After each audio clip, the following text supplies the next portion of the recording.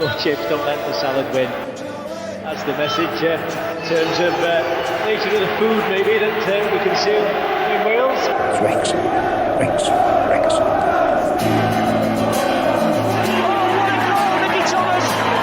He's done it, the magic little man, Watkin. Oh, he scored! Steve Watkin has got a goal!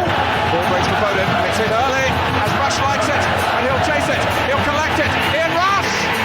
Bennett, and that's a second for Wrexham. Well, classic, changing defence into attack. Conley! 1-0 to Wrexham, Carl Conley's done it! Crumble for options, put it back to Morels. Oh, it's a good save! Oh no, it is, and it's in the back of the net. Andy Morel. What a goal! What a goal! What a goal from Al Robson Cardiff! Folks, good wicket kids up. Something special is happening here tonight. Wales are going into the semi-finals of the European Championship. Wanagati, Ferguson has definitely won it for Wrexham now. And here's Mendy! There's that race-class roar again! Saved by Foster! Wales are going to the Euros next summer. Wilkinson's wonderful Welsh women.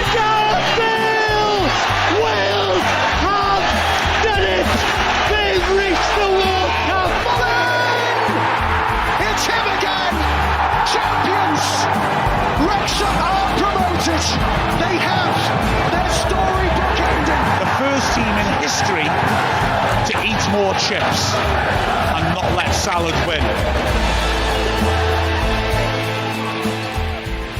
Hello and welcome to the Eat More Chips podcast, the official podcast, one of the most recognisable flags in the Welsh football supporters universe. No Daz again this week, I'm afraid. He's having his nasal hair plaited. But in a week when a group of 24 athletes played dodgeball for 48 hours in England to break a Guinness World Record and raise money for charity. The record attempt, organised by Dodge Central and hosted by the Hartlepool Mavericks Dodgeball Club at the Dodgeball Centre in Hartlepool, started at 9 a.m. Saturday and ended at 9 a.m. Monday. The 48-hour game aimed to take the Guinness World Records title for the longest marathon playing dodgeball, which was previously set at 41 hours, 3 minutes and 17 seconds at Castleton State College in Vermont in 2012. The event raised more than £6,000 for breast cancer charity Copperfield and men's health charity Movember. Dodge, duck, dip, dive and dodge. Not only a family motto, but the 5 best attributes levelled at this one person. Of course, it's Jamie. Oh, great film, that is. Dodgeball, great film. It's a great film. It is a great film. Absolutely, yeah. All right, bruv. All right. Scary. Looking good. Like in the tit for a hat. Very nice. Well, to be honest with you, I haven't done my hair today, and this is the closest thing without me having to get up and go and get my cap. So I bought this when I went to the... who did we play last midweek? Who did we play last midweek? We played that. Recently? Yeah, not last week. Who did we play at home? Not Oxford? Oxford? No. I went to the game. They'll be screaming at us now. Which one it was? I know, yeah. It wasn't Charlton. It was... we beat Bristol City. Bristol City. Yes. And Bristol Cities. Yeah. That fits with that. And it had been freezing cold a couple of days before, and I couldn't find my woolly hat, so I bought this from the club shop. 19 quid this was, and I didn't end up wearing it on the night because it wasn't actually that cold. But then I've been freezing the last few days, so I've been wearing it. So, but yeah, it does make me look a little bit like Eric Cartman. Well, it is December, it is cold, and therefore we thought we'd have a Eat More Chips Christmas giveaway. Ho, ho, ho, ho, ho. I love that part of Christmas. Yes, we're giving away some free gifts. Don't laugh, it's not funny. We're giving away some free gifts. I've been raiding my bottom drawer. Not the first time that's happened. And I've got some goodies to give away. So first of all, this is a neoprene coaster holder. It's an original. I don't know whether you can see, but it's got the 1873 badge on it. Not the proper badge. So this is a pre-2005 unit. So it's 20 years old. Good for putting your coffee cup on. So that's that. I've got an original half and half scarf, an abomination. I know. So this is when I went to see Wales versus Ireland at Croke Park in 2007. Really good quality. Never worn. I bought it as a souvenir. Thought I'm never wearing it because it's an half and half scarf. Not doing that. I've got a full set of training kit from 2 seasons ago. So this is the grey training kit, and it's tagged. So it's got the tags on it. So it's never been worn. He says, looking for the tags. There it is. It's got the tags on it. Never been worn. That's a 4XL. So that's quite big. That never been worn. So there's the grey one of those, and the grey top. Oh. Again, this is the training top. Tagged, so there's that, and a gold shirt from 2 seasons ago as well, fully boxed, XXL, never been worn. That I'll throw in as well. That's Christmas giveaway. All you need to do, very simple, is on this YouTube, this episode in the YouTube, is just leave a comment, just saying how much you're enjoying it, or how much you're hating it, or how much you love Jamie's hat, or how much you love Dad not being here, or if you're Hermes, how much you miss Dad being here. Because we can't do the... I wanted to do a bit this week about... now it's Cat TV, and just was to drop out and just leave Daz there, but he's not here, so I can't do it. Anyway, so you could win any of these, and we'll pick out a winner next week. I will try desperately to get it to you before Christmas. Whether I'll be able to or not, I don't know, but we'll give it a go. What the hey? But yeah, leave a comment. So not on the live one as you're watching it now, if you're watching it first time, but just a comment on the YouTube episode for this week. So we've got your name, and comment whatever you want, doesn't matter. And then Jamie will also throw in something of his. What are you going to throw in, Jamie? I'm joking. It's a joke. Cat's here somewhere. Well, that'll make Daz happy, at least, seeing as he's the cat person. Yes, so there you go. So comment, like, all that kind of stuff. Subscribe if you fancy it. I don't care about that bit, to be honest with you. I just want to give somebody a Christmas present. Doesn't matter where you are in the world, I will get it to you somehow. In fact, I'll get Jamie to drop it off. How's that? Particularly if you're in Canada. Yeah, lovely. On other news this week, the Football Association of Wales, the English Football Association, the Irish Football Association, and the Scottish Football Association have officially submitted their joint bid for the FIFA Women's World Cup 2035. The tournament would be the largest single sport ever staged in the UK, and the first FIFA World Cup hosted in the country since 1966. The bid includes 22 proposed stadiums, 16 in England, 3 in Wales, 2 in Scotland and 1 in Northern Ireland, across the 16 host cities. The 3 in Wales are the Cardiff City Stadium, which is where Cardiff City played on that League One side, the Principality Stadium, which is more for rugby, and not very good rugby at the moment. And of course, the third venue, the Stoke Kairos itself, which would be great. By that point, we'll probably have a capacity of about 150,000, which would be perfect. With 63 million people living within 2 hours of any proposed stadium, it would be the most accessible tournament ever.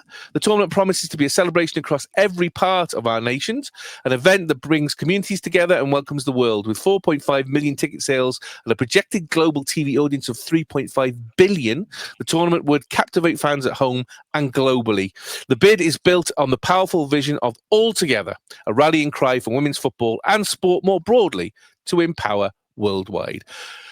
Jamie, first of all, the fact that we're in that list, how cool is... I mean, it looks like this bid's going to be unopposed, so it's highly likely it's going to happen.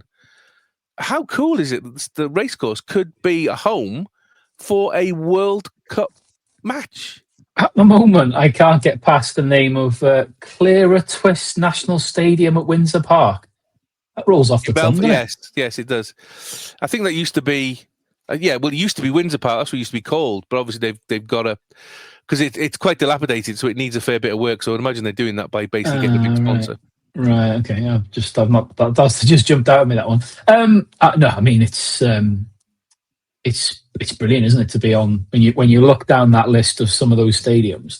Those are the creme de la creme of what's available in the UK and Ireland. It's like you say, to be included in that list is incredible, and there is a little asterisk there that says subject to development. And obviously, by the time this comes around, who knows? Where the racecourse redevelopment will be up to, but yeah, I mean, like you say, if it's going to be unopposed as well, then then yeah, it'll be mega. How many games you're going to get, I'm going to guess will be fairly minimal because there is a big selection of stadiums here on this list. But to be one of them is incredible. Like I say, particularly when you look at the others that are on there. That Birmingham Sports Quarter Stadium, is that their new one that they've been pushing? Is it? I believe so. Yes, I don't know what the name of it is actually going to be, but I believe it is going to be called Sports Quarter Stadium. Fair days. Like I say, there's some mega stadiums on there, so a couple I've been to and some that I'd love to go to. But no, it'd be brilliant. Hopefully, like you say, it remains unopposed. When's the kind of closing? I mean, it's 2035, so not till next year. I don't think they're even going to make a decision until next year. But from what I believe, this is the only bid that's in the hat for 2035. Yeah. So it looks highly likely that nobody else is going to bid for it because the other ones are already been wrapped up. I mean, obviously the next World Cup, which is next year, year after, is in Brazil.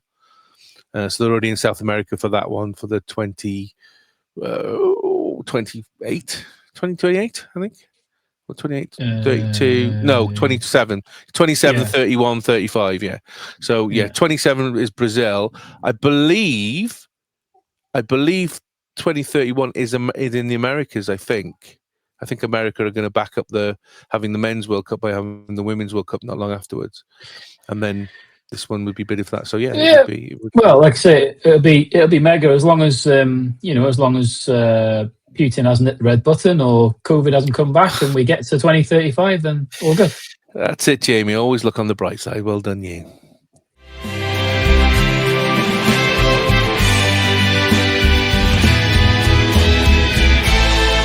So last week, Cymru Women had two games, two friendlies, in fact, the last two games of the year, when they were looking for some decent results to try and end the year on a bit of a high. And they did, absolutely did. First of all, they had played the Korean Republic. 7 changes from the team that was defeated by Poland. In came Lily Woodham, Rhiannon Roberts, Sanghara James, Gemma Evans, Sophie Ingle, Marid Griffiths and Hannah Kane. So a much stronger side than the one we'd seen before. Early on, Cymru did not look like a team in poor form at all. In fact, they looked fairly dominant. They caused problems for Korea Republic from the outset, with goalkeeper Kim Min-young making a sharp save to repel Ingle's drive. From the Lily Woodham corner that followed, Ingle headed home from point-blank range, which Kim left stranded after just 6 minutes to go 1-0 up. For about an hour, this was a much more convincing performance, with Cymru's only frustration in that period being the failure to build on Ingle's 7th international goal. Ingle saw a second header saved, Hannah Kane volleyed wide, Marid Griffiths and Carrie Jones both had decent efforts from just outside the area. Korea Republic only really threatened with one sharp counter before the break, but Gemma Evans saved her team with the fine recovery challenge on former Chelsea star Ji So-yun. Cymru were on the front foot again early in the second period, with substitute Elise Hughes driving a shot against the post and Jones pulling another big chance across the face of the goal. But as the second half went on, and we've seen this from Cymru Women before, they lost momentum, definitely due to, I think, fitness, and an increasingly scrappy contest then developed. Korea Republic's moment duly arrived from a short corner routine, ended with Yang Seo-ji crossing for substitute Kim to head beyond a helpless Olivia Clark on 68 minutes. Although Cymru did recover a little, they couldn't find a breakthrough and the game ended as a draw.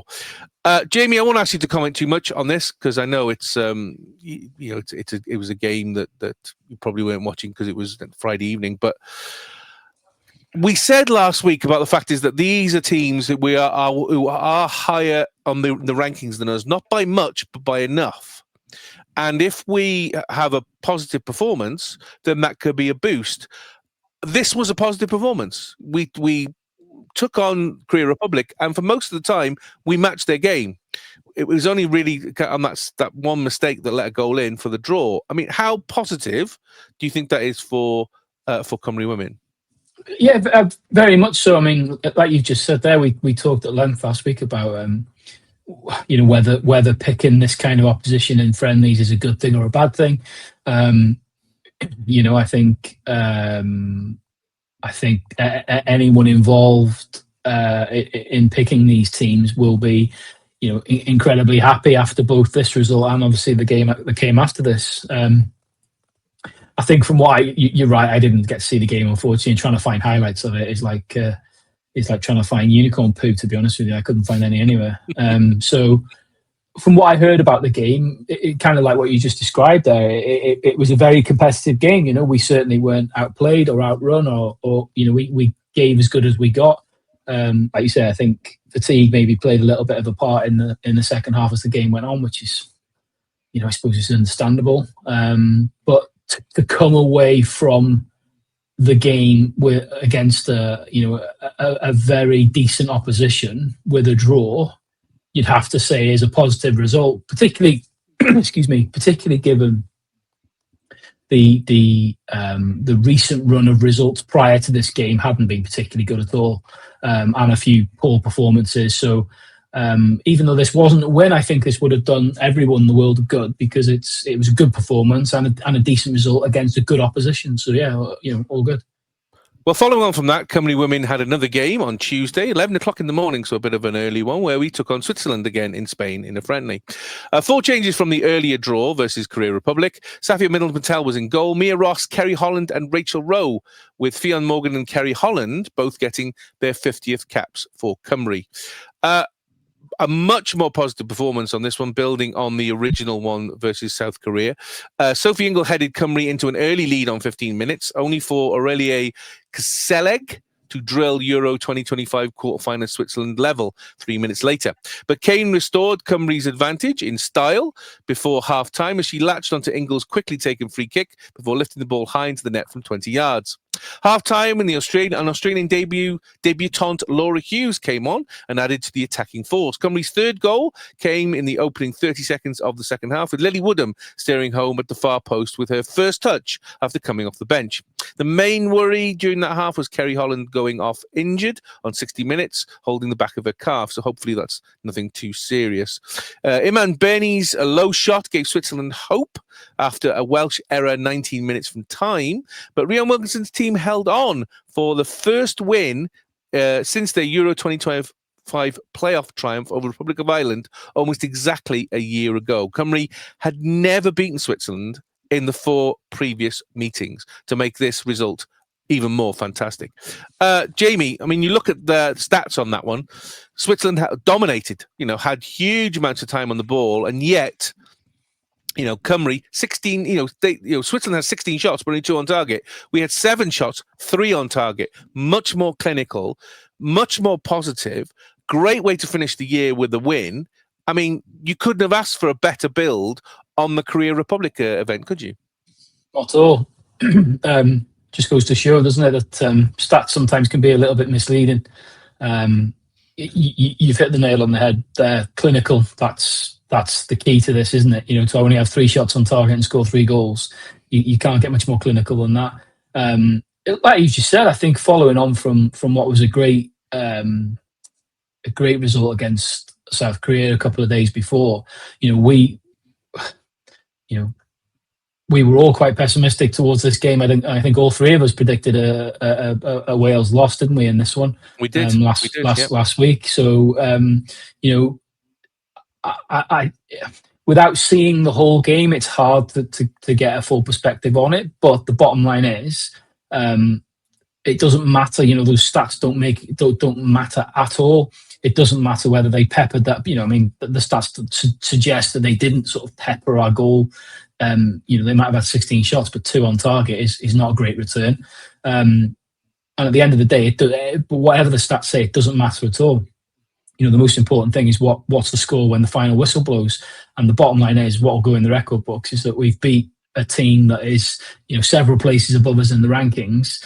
And from our point of view, has built on what was a great result a couple of games before, so a few days before. So they'll be absolutely thrilled with a victory in this game. I don't think there'll be anything other than really, really happy with it. And it's something to build on now, isn't it? There's been a lot of. We talked last week about this sort of transitional period now of a lot of big profile players stepping down and new players coming in, and it's time for some others to step up and everything else. Obviously, now it gives them a building block, something to build on, moving forward. In the next round of games. So yeah, great result. Well done. I mean, the next round of games now are those Nations League B matches, which are also qualifiers for the Women's World Cup in 2027. I mean, this really is the perfect way to sort of build, because after the Poland game and particularly the Australia game, well, in fact, particularly the Poland game, there was a definite downturn in kind of how we felt, because the Poland game was, we got hammered. Whereas this is much more positive. We've taken two teams, as you rightly say, higher in the rankings. We've drawn with one where we probably should have won, and we've won, fairly convincingly, because we were 3-1 up until fairly late on. How positive is that going to be leading into these kind of qualifiers in the spring? It definitely won't hurt. I mean, I must admit, I'm always a little bit sceptical about form in international football, because there's such big gaps between games. With the best will in the world, they've had a brilliant couple of results here in these friendlies. But I mean, that next round of games is not until when? When is it? March? Yes. So that's 3-4 months away. A lot can happen in that time. But like I say, it certainly won't do them any harm, and hopefully, the challenge is obviously on Rhian Wilkinson and the coaching staff, isn't it? When they get this group of players together again next, is to try and get that feel-good factor of how they've left this camp, on a positive note, and try and get that feel-good factor straight back into it to hit the ground running when they get into that next round of games. But it must be difficult. It must be really difficult, because it's not like domestic football where you can build momentum. It's hard to build momentum in international football, because there are such big gaps between. There are such big gaps between games. So Saturday, and back at the Stoke Kai Ras, Wrexham were welcoming Blackburn Rovers for a Saturday afternoon kickoff. Looking at the lineup first, two changes from the win over Bristol City midweek. Lewis O'Brien and Matty James coming in to replace George Dobson and George Thomason. Jamie, any massive surprises there for you? I mean, basically, he kept the front and the back as they were and just did a little bit of tinkering in the midfield. Not really. I think George Dobson in particular obviously has put so much effort into this season so far. Literally put a shift in every time he plays. So given the congested fixtures we've got coming up now over the next few weeks, I'm not surprised really. And this is where you utilise your squad. So not surprised by that at all. Likewise, not really surprised that he didn't change much else, because on the back of what was a really good result, and certainly that, like we talked about last week, certainly that first half performance was some of the best stuff we've seen all season. Why kind of change it if you don't have to? So no, not really surprised to only see those two changes. Well, Wrexham edged the opening stages without troubling visiting goalkeeper pairs, but as they have done regularly on their travels this season, Rovers stunned the Wrexham crowd on the counter-attack. Al-Bieshu, I can't even say that, had plenty of space on the right, and his floated cross found Gudjonsson, who nodded beyond Arthur Okonkwo. I mean, Jamie, just let's comment on this goal first. Soft goal for you? Because obviously he doesn't look like he was really covered by, you probably look at Max, because it's kind of Max was kind of closest. And it was kind of a real kind of floaty, the header was just back across goal. Arthur was covering his near post on that point. Soft goal for you? Yeah, it was a soft goal. And I'm sure Parkin and the defensive unit will be disappointed at conceding that goal in that manner.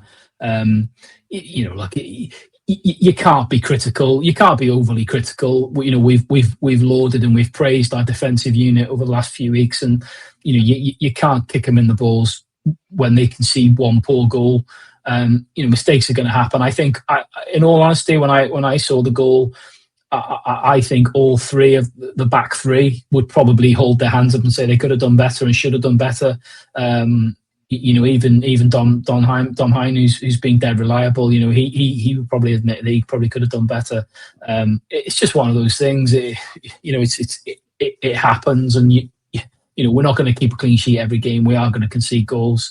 Granted, you'd probably feel a little bit better if you're conceding goals that are like worldies or something, but rather than ones that when you look back on were very much avoidable. But yeah, soft, yes, very soft goal to concede, in all honesty.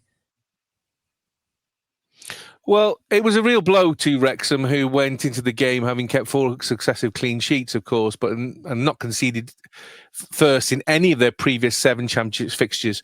Yuki Ohashi then failed to guide his speculative effort on target as the visitors continued to grow in confidence after taking the lead.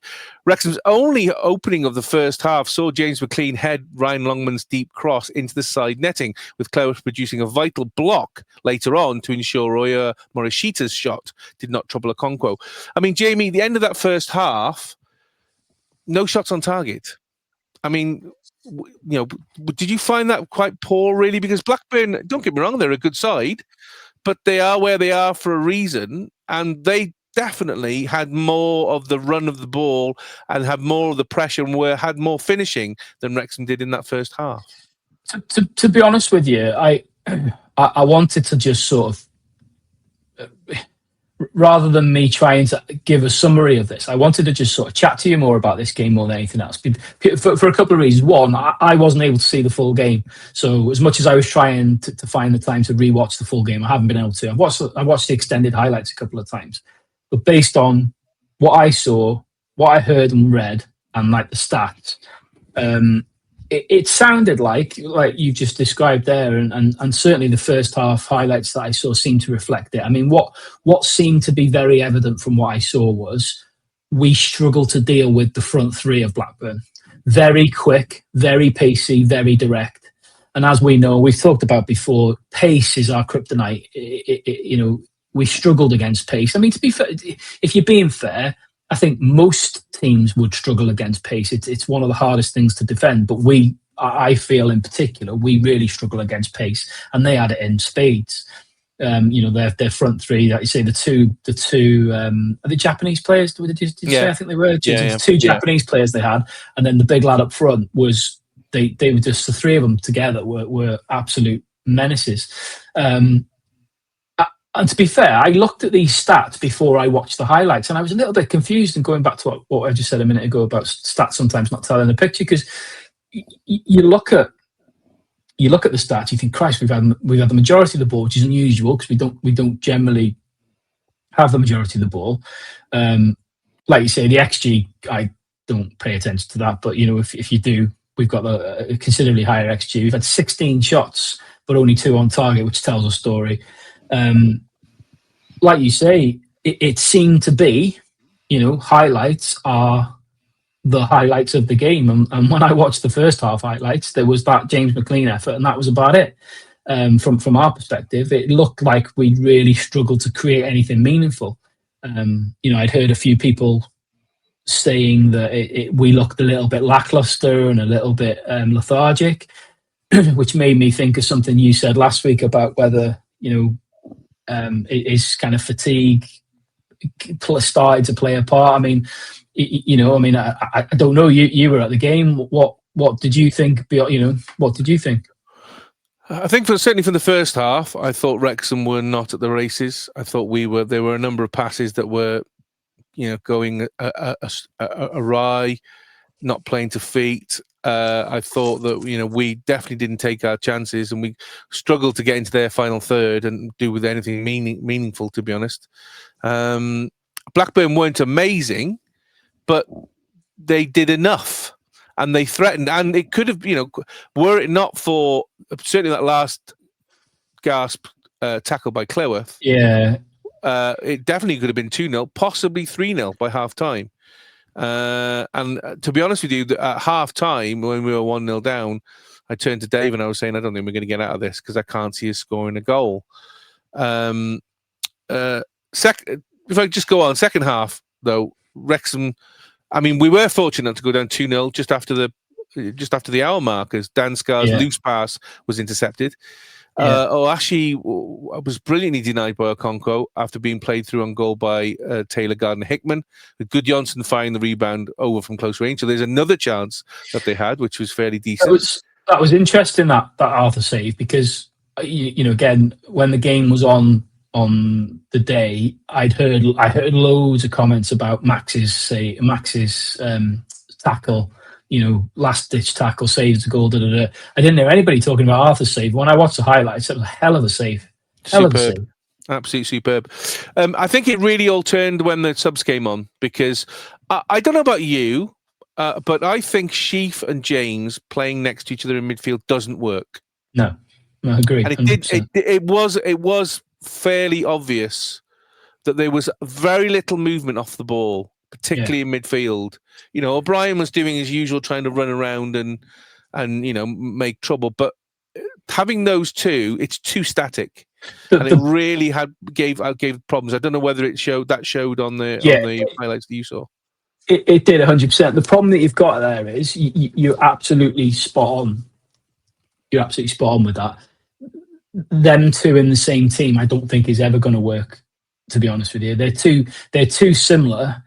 And if they are both in the same team, Matty James is always going to be the one that sits the furthest back. You know, he's the most senior player. He's the least mobile. So anyone that's playing with him is going to be the one that's pushed forward.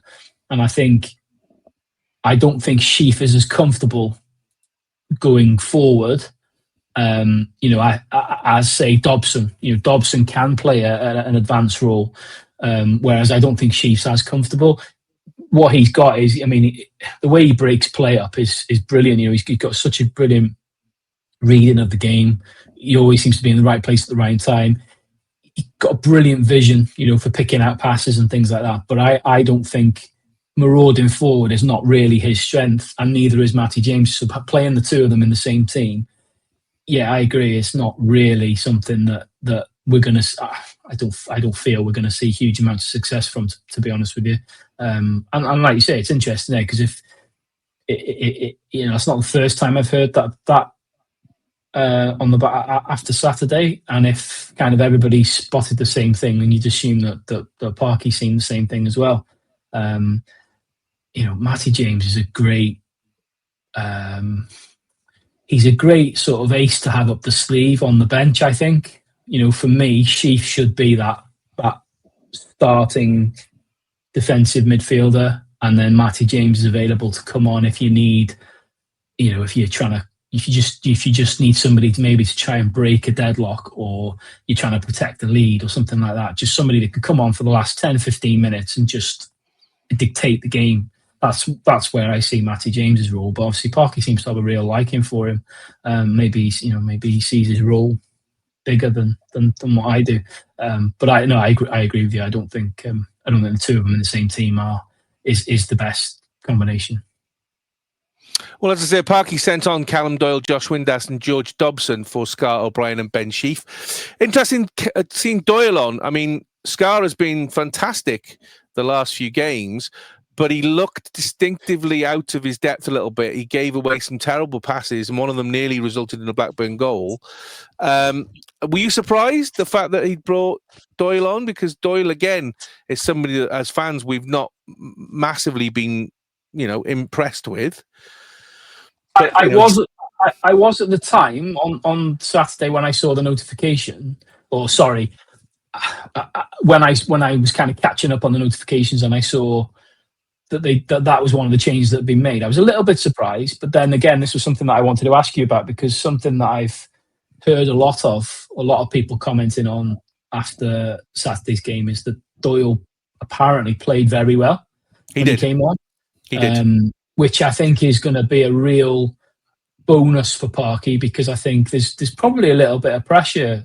You know, I don't think anybody's going to be putting pressure on Parky as such, but you know, there's probably a little bit of pressure there to try and get Doyle back in the team as soon as possible, because he's such a high profile signing. And I think we all probably universally agree that long term he is in our starting 11. He's in our team. So I was quite intrigued to hear a few people say that when he did come on, he played well. I think the comments I kind of picked up on was more so praising his passing and use of the ball when he had the ball, which is great, because that's what we knew he was good at, which was, you know, his passing was one of his big attributes. But yes, I was a little bit surprised. It'll be interesting to see, obviously, what happens in the next couple of games now, because it feels a little bit. It feels a little bit with this, like, who was it? So a couple of seasons ago, when Mark Howard was in goal, and then I can't remember who the goalkeeper was that he replaced, who was injured, and that whoever it was fit again, and there was almost like this air of you've got to bring this goalkeeper back and take Mark Howard out of the team, but he was playing really well at the time. And it was like I think it was Arthur, wasn't it? I think it was Arthur. Was it Arthur? Yeah, I think it was Arthur's wrist injury. I think that was it. Yeah, that was it. It was Arthur. But there was almost that air of you kind of waiting for him to make a mistake, so you've got a justification to take him out of the team, and it feels a little bit like that with Dan Scarr and Doyle. But obviously, with another 2 games coming up in a short space of time, I wonder whether maybe he might utilise that as I don't want to use the word excuse, but a reason to maybe play Scar in one of them, but then switch it out and bring Doyle in for the other. I don't know. I think bottom line is long term. Doyle is the intention is for Doyle to be ahead of Scar, isn't it? But hey, you've got to give credit to Parky at the end of the day, because it's an unusual substitution to make. It's an unusual substitution to make when you're chasing a game, to replace a central defender with another central defender, unless it was down to an injury or a sending off or something. So he's obviously done it for a tactical reason. And given the fact that there was a lot of positive comments about Doyle's passing when he came onto the pitch, give Parky the benefit of the doubt and say, well, maybe he spotted that there was an opportunity for Doyle to come on and do what he subsequently did. So yeah, fair play. I think he was. I mean, I think, as I say, because he was Scar was at the kind of as a centre of the defence. I think he could see him creaking, and he was creaking a little bit. So I think he wanted to move Hyam over to try and shore up that centre, and then because Hyam was creating that passing down the left, but Doyle, by his very nature, he goes much further forward, than even Hyam does. So he then was definitely giving more of the service. Plus, obviously, at this point now you had Broadhead, Kiefer and Windass all pretty much playing up front. It wasn't a flat 3 because Windass was playing slightly off, but you still had this kind of hard striking offense. I mean, Kiefer fired an acrobatic effort well wide after he came on, before George Pratt cleared another effort from the Cymru International away from danger as Wrexham really ramped up the pressure. Blackburn very nearly doubled their lead on 70 minutes in fortunate circumstances. The substitute Gea's cross deflected off Cleworth and inches wide off a concourse post. I mean, again, it's one of those things that in a season, it's a sliding door moment. It goes slightly more to one side than the other, and it goes in, and then you're 2-0 down. This is what often happens, and a Conco wouldn't be able to do anything about that, and neither would Cleworth, to be fair. Wrexham registered their first effort on target on the 84th minute, so we had no shots on target until 84 minutes, which I think is a little bit disappointing, particularly when you've got 3 up front as we've got. Goalkeeper pairs denied more from a point blank range, with Cleworth's follow-up effort hitting the crossbar, which was, I mean, I thought at that point, Jamie, this isn't going to be our night, because if you're going to, because literally we saw it against Coventry, exactly the same. Kiefer, exactly the same place, headed straight at the keeper. The keeper managed to deflect it. It fell to Cleworth, and you're just thinking, just tap it in, and he just spooned it. It just crazy. It was almost like a double save. But yeah, I just thought then it wasn't going to be our night. Ryan Barnett, who came on as a sub for McLean, was fouled in the corner by Hedges. Now, was he? Pictures there for those of you who can see on YouTube in the top right-hand corner. Some saying, yep, foul all day long. Some saying soft foul. Some saying not a foul at all. You've watched the highlights. What do you think? The best way I can probably the best way I can probably answer it is, if the boot was on the other foot, I'd have been fuming. Yeah. I'd have been fuming. It was a very, very soft free kick. There was some contact, but, look, I know the game has changed an awful lot. It's changed an awful lot over the years, and there are some things in the game these days which are just laughable. But the bottom line is, it's a contact sport. It's a contact sport, and I have to be honest and say, I don't think that the force the defender used was excessive. I just think it was a case of a much stronger defender against Barney, who, maybe that sounds a bit rude to Barney. I don't mean it from the perspective of like he's significantly weaker, but maybe he was just unprepared for the kind of shoulder challenge of the defender or whatever he was, midfielder. And I think as a result, it made him kind of go down, a lot more theatrically than probably he needed to. But at the end of the day, it's that. It's a little bit like with the whole penalty thing, and we seem to be talking about it every week now. These things even themselves out, don't they? They even themselves out. I'm sure there have been, I can't think of any off the top of my head, but I'm sure there have been instances already this season, and I'm sure there'll be some throughout the rest of the season where we'll come on here and scream and say we should have had a free kick, or we should have had this, or we should have had that, and we didn't get it. It's just swings and roundabouts, isn't it? But again, trying to be fair and balanced. Yes, I was delighted that we got the free kick, because fundamentally it led to the equaliser.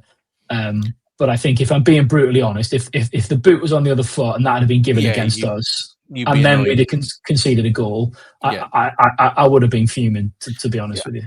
I mean, the resulting cross, obviously, from Dobson, Moore headed it from the far post down. Broadhead could, only went to guide it in, but it was going wide, and it bounced off Cleworth. I don't think he knew anything about it. Vital touch, and we snatched a point, and it was a snatch point. Wrexham finished the week 10th in the league, still 3 points off the last playoff spot. I mean, Jamie, we didn't deserve to win it, but did we deserve to lose it?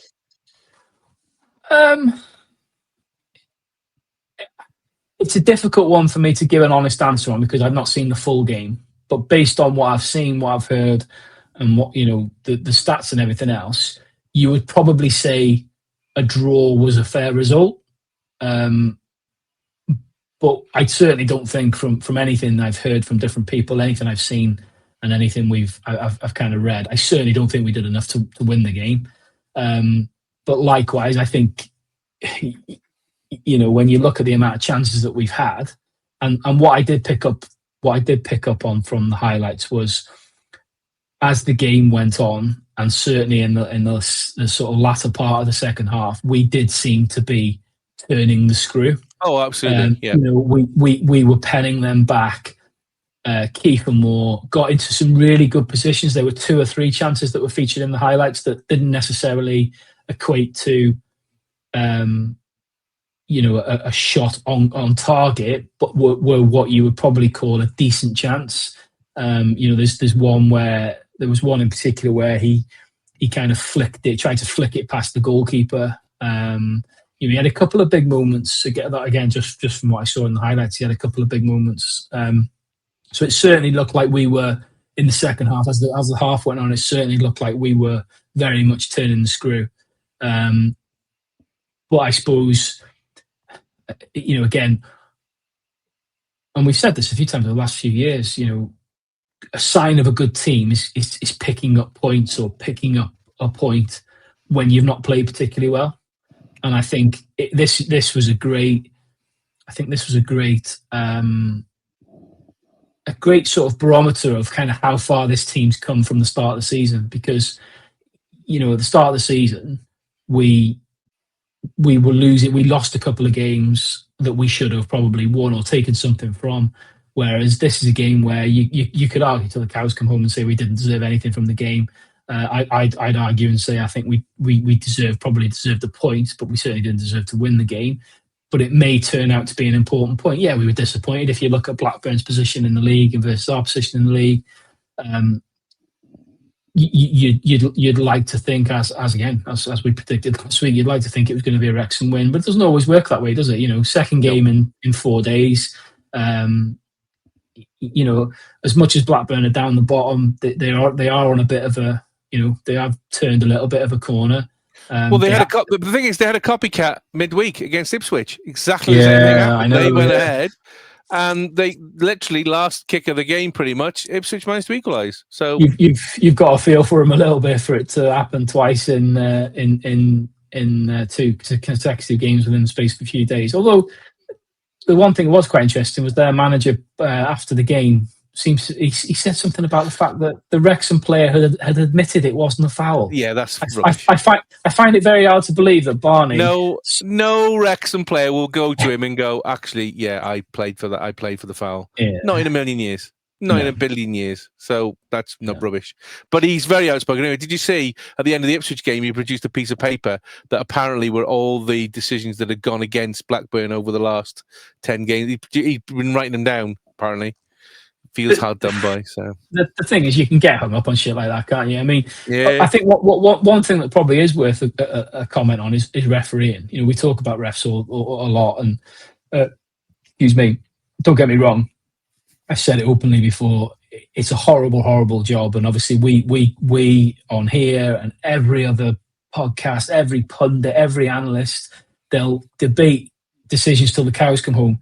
Yet they got the fortunate situation where they can look at it from multiple angles, multiple times in different speeds. Referee gets one look at it in real time and has got to try and make the decisions. So I have empathy for referees, But one thing I would say about the refereeing standard is I am a little bit surprised that it's not better than it is at this level. I genuinely thought as we went up the leagues it would improve, and I honestly don't think it's any better in this league than we've seen over the last few seasons, to be honest with you.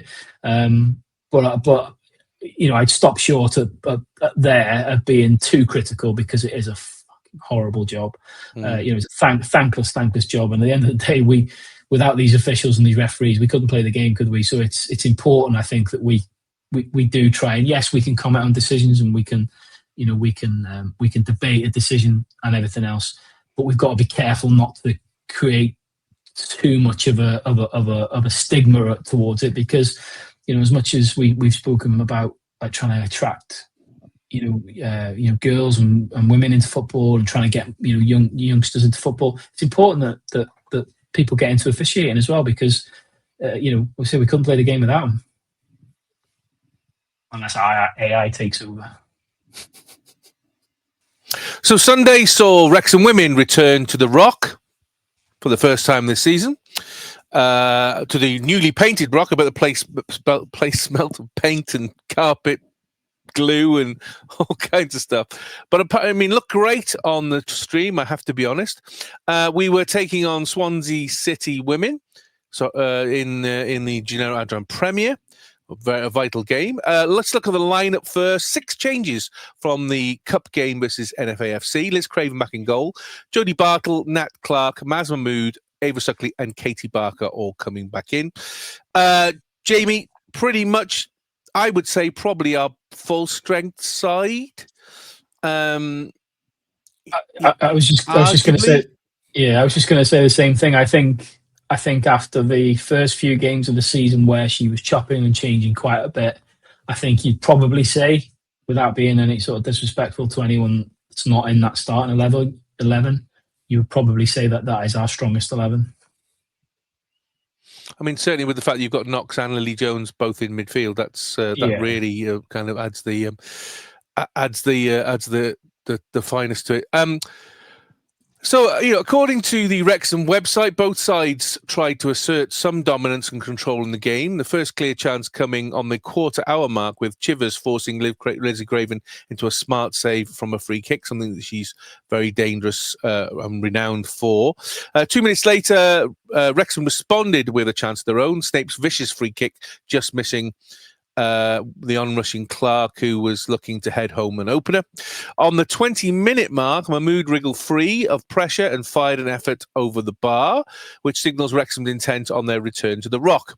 Swansea struck first, though, just before the half-hour mark. Long pass from Stacey John Davis through the centre to Chivers, breaking the offside trap, rounding Lizzie Craven in goal and firing into an empty net. Jamie, it's something that we were well aware of. Chivers is incredibly dangerous. She's done this before, particularly the pairing of her and John Davis. Bit of a shame to see that happen, really, or very little you could actually do about it?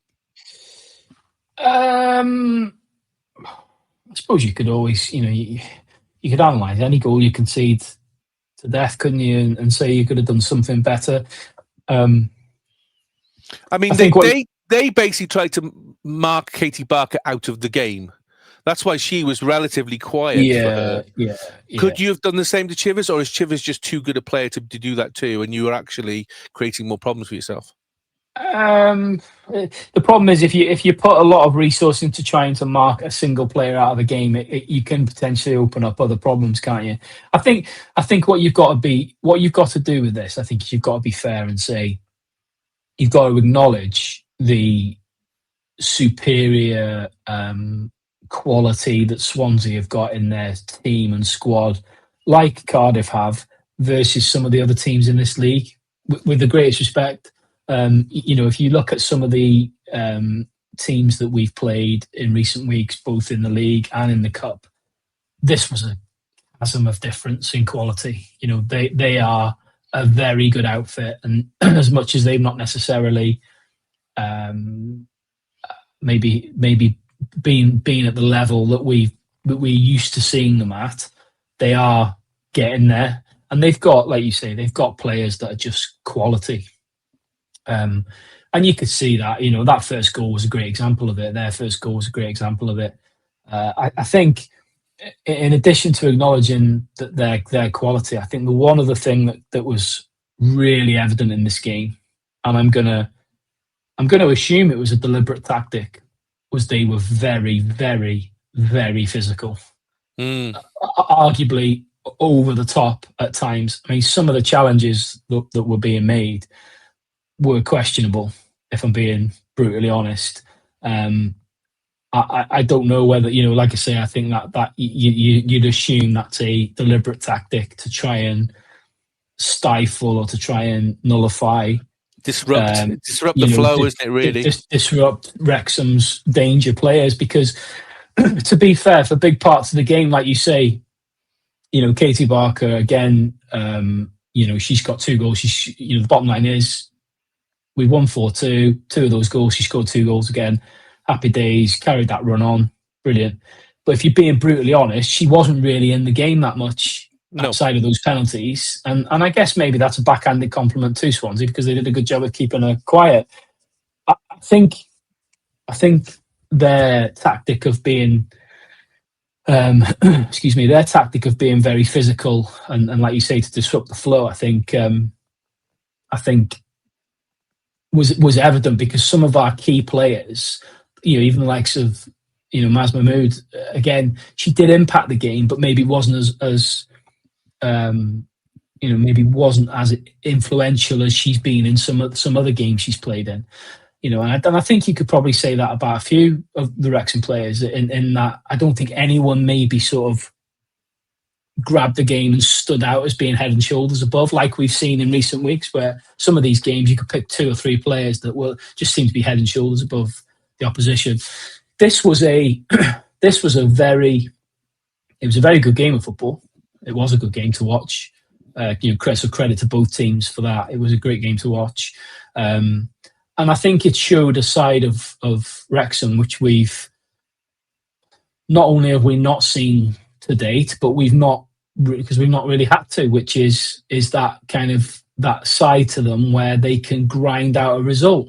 There was a time in this game where, I'll be honest, I didn't think it looked like we were going to win it. There were times where we were under the cosh a little bit. But in the end, we went behind twice. Yeah. But again, this is what I'm saying. I think credit where credit's due to the Wrexham players, because they've shown a side to them that maybe we've, certainly in recent weeks where we've been pummeling teams 11-0, where we've been hammering teams, by big margins. we've not had that challenge. We've not had that test which Swansea presented to us. So it showed a side that they can, come back against adversity. Like you said, they've had to come back from being behind twice. And in the end, over the course of the game, were good value for the win. They were good value for the win as the game went on. I think they got better and better, and they nullified the threat from Swansea. And they, in my opinion, I think they deserved. They deserved the victory. Maybe a 2-goal cushion was maybe a little bit flattering, but I think they did enough to win the game. But no, it was a thoroughly enjoyable game, and it was nice to see. It was nice to see a different challenge for the Wrexham team.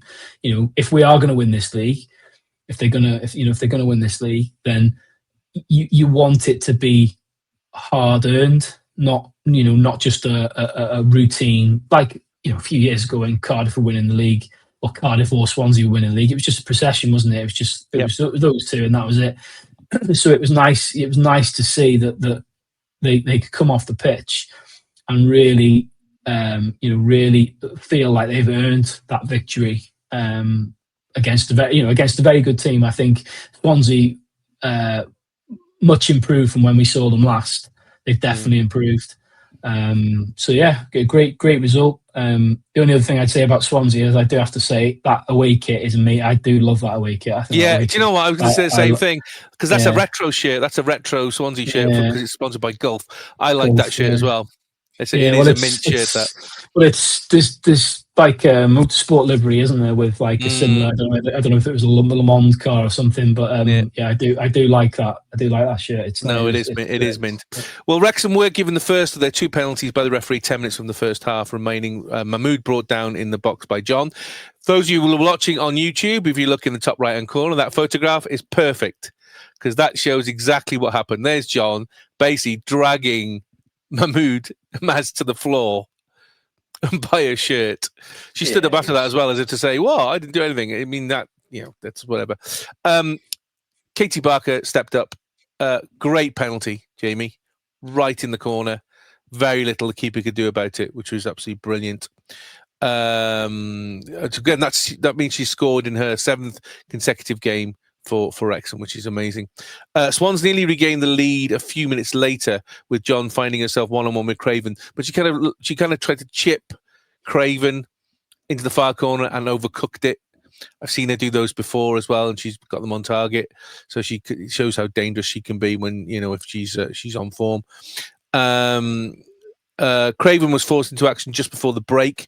Deacon managed to break through the offside trap and fire an effort, but Wrexham dealt with it really, really well. Unfortunately, second half, Swansea City struck early. Deacon heading in a Chivers cross within the first minute of the restart. What can you say about that one? Can you say Lizzie maybe should have been a bit more physical and come out? I mean, she positioned herself perfectly between the 2 defenders, so she was free. She wasn't bothered. It was a perfect cross from Chivers at the perfect height. Very little, basically just had to just direct it in, but wasn't really challenged. Poor defensive, poor goalkeeping. What's your thoughts? It's one of the worst times to concede a goal, isn't it? I think it must infuriate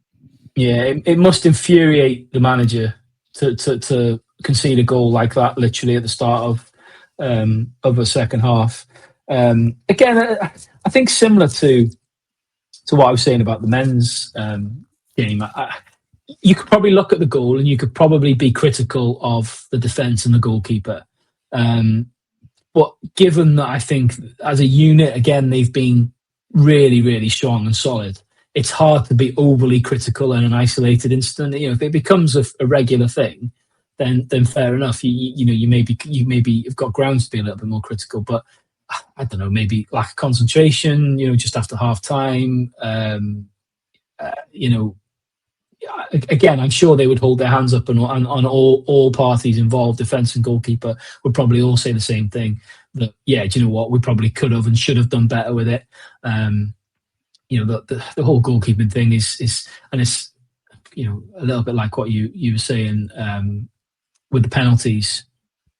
They were both very good penalties, But again, a little bit like what we've said quite a few times, which is there is that grey area, isn't there, with the goalkeeping in the women's game, where there is that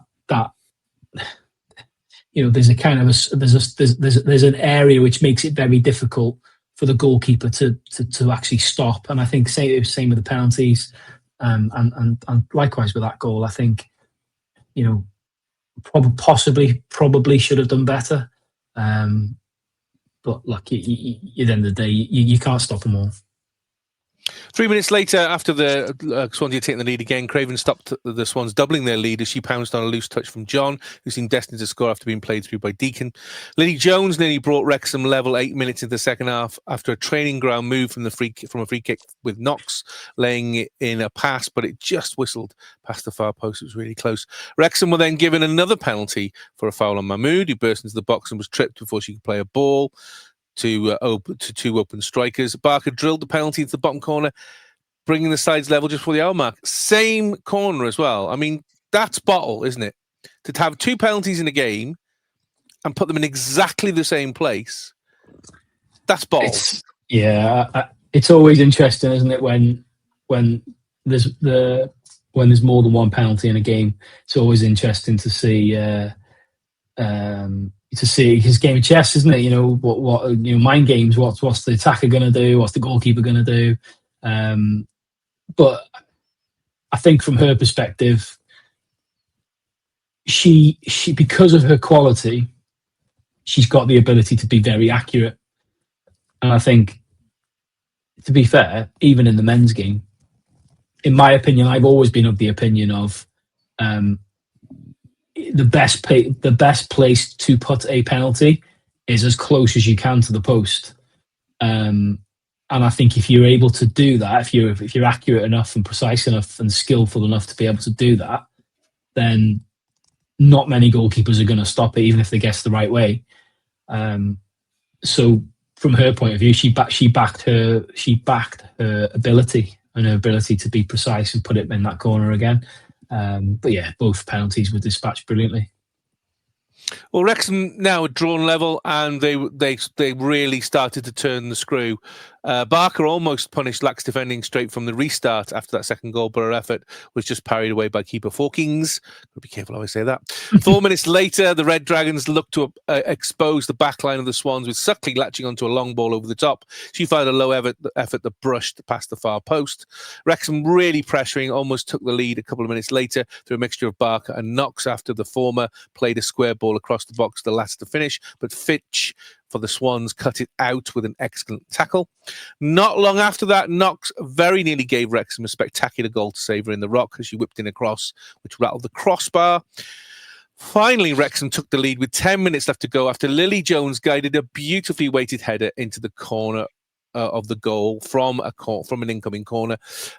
Jamie, her celebrations were superb. You could tell how absolutely delighted she was. She bounded across the pitch towards the fans, gave a salute to her dad, which was amazing. I mean, what a fantastic goal and a time to score. Yeah, brilliant time to score. It was a great header, great finish. And like you say, every time you watch her play, you can tell how much it means to her. And obviously, we know, obviously most people know because of the documentary. That's one of the plus sides to the documentary is for players who are happy for their story to be kind of publicized. It gives people an insight into people's lives and what they've been through and stuff like that. And I think everyone will see it from seeing her in the documentary, how much it means to her playing for this football club. And there is nobody that puts on a Wrexham shirt, past, present or future, that gives any more than she does every time she plays. So yeah, you could tell how much it meant to her. It was, like I say, it was a brilliant goal. Above all else, forget any sentiment or anything like that. It was a brilliant goal, brilliant finish, and like I say, a wicked celebration. Nice that she was able to do it in front of the fans. Well, Wrexham were 3-2 up. fans still have a little bit of jitters, but coming on for 101st game, Rosie Hughes sealed the deal in the 5th minute of added time after turning her markers inside and out and firing into the net to ensure a happy return to the Rock for Wrexham Women. Jamie, got to pull this up for Rosie. This was a superb goal, and this is a goal for me.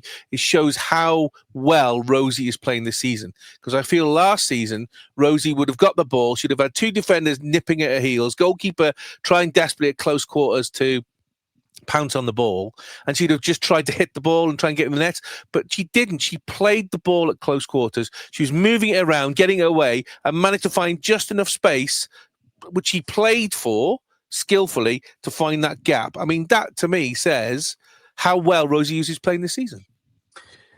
It shows how well she's playing, but it's also a testament to her experience. 101 games.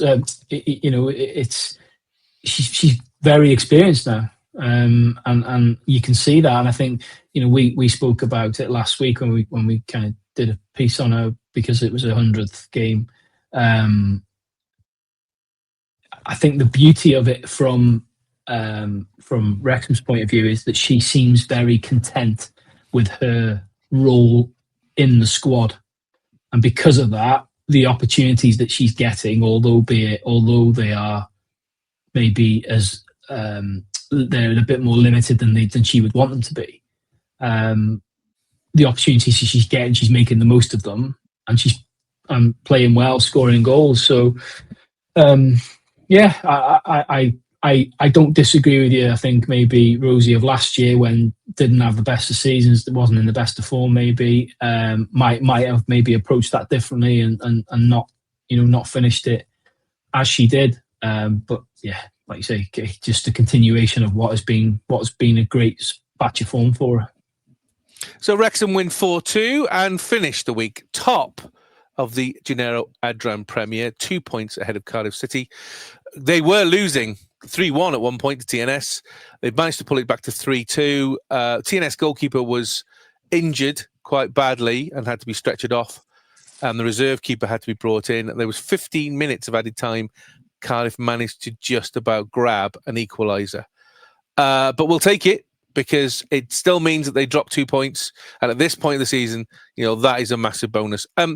For you, ignoring that result, because obviously that's, for TNS to go to Cardiff and come away with a draw, that's brilliant for them. That's a great result for them. Was this a signature victory for Wrexham, do you think? We're taking on Swansea, who historically we've always been a little bit scared of, but now that's 4 wins in a row, and there is no fear there anymore. And we're really turning the pressure on Cardiff now, because they're having to chase us. We're getting to the point now where they're having to now ensure that they win and get points. Otherwise, we're going to stay ahead of them. Yeah, I mean, time will tell, won't it? We'll look back when the split, and we'll look back at the end of the season to see how decisive this weekend was. I think the stigma of, like you say, when we first were consistently losing to Swansea, that's well and truly gone now. We are, we're where we are on merit. The significant thing, obviously, was Cardiff dropping points. I don't think anyone kind of foresaw that, but I suppose it just goes to show, doesn't it? You can't be complacent. You can't take your eye off the ball, and you can't take anything for granted. And we need to make sure that that's the same for us as well, because this game against Swansea could have been different. There were parts of that game where, or there was a proportion of that game where I was starting to think, I think we're gonna do well to come out of this with a win, particularly, like say, going behind twice. But the fact that Cardiff have dropped points, it puts the ball. It puts the ball in our hands now. Excuse me, for all the talk of when we were talking about goal difference and all this jazz the other week. I think most people probably felt it was going to come down to the sort of shootout in the game between the two of them. Well, this changes that a little bit now, but obviously, what we've got to make sure we do is don't give up this advantage that we've been given now. The pressure needs to stay on Cardiff. We're ahead now. we've got the lead. Like you say, we're the ones being chased. We've got to make sure we stay there. And the other good thing as well is we're putting a cushion for that phase 2 between the other teams in the top 4. So we're now 9 points ahead of TNS in 4th. We're 7 points ahead of Swansea now in 3rd. So it definitely gives us a bit more breathing room. So when it comes to that phase 2, even if we do have a bit of a hiccup, it doesn't mean necessarily somebody's going to catch on us straight away. And it's becoming looking even more likely, as we've said early on, that it's going to come down to ourselves and Cardiff City. Yeah, every week that goes by, it's looking more and more like that. I think, I honestly don't think that they'll be looking too far ahead. I don't think they'll be looking at like the split, and I don't think they'll be looking at beyond the next game. I think they are, Jenny Sugarman seems the sort that's very much a very focused manager in the sense of the focus is the next game and not looking too far beyond that. And I think when you have got a league format like they play in here and so few teams in the league, I think there's the best thing you can do is just to look at the next game as it comes, not try to look too far ahead.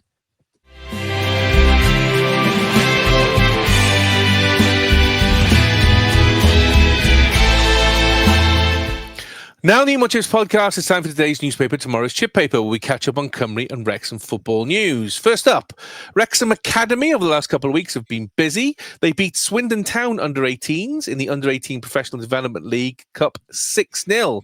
Goals from Carrick Murphy, Sammy Chesworth, Jack Jones, Julian Wadecki Estima, Kian Nolan and Thomas Watkin, who is the son of Wrexham legend Steve Watkin. Unfortunately, they finished second in the group and only the top place goes forward to the knockout stage, so they are out of that particular cup. In the Football League Youth Alliance, however, Wrexham under-18s played Notts County under-18s on Saturday, and they beat them 3-1. An own goal by Notts County, plus goals by Kian Nolan and Umar Nawaz, back from his international duty to get that 3-1 win. Wrexham go top of the table with 23 points. And Wrexham's next league game is versus Bolton Youth away on Saturday, the 6th of December.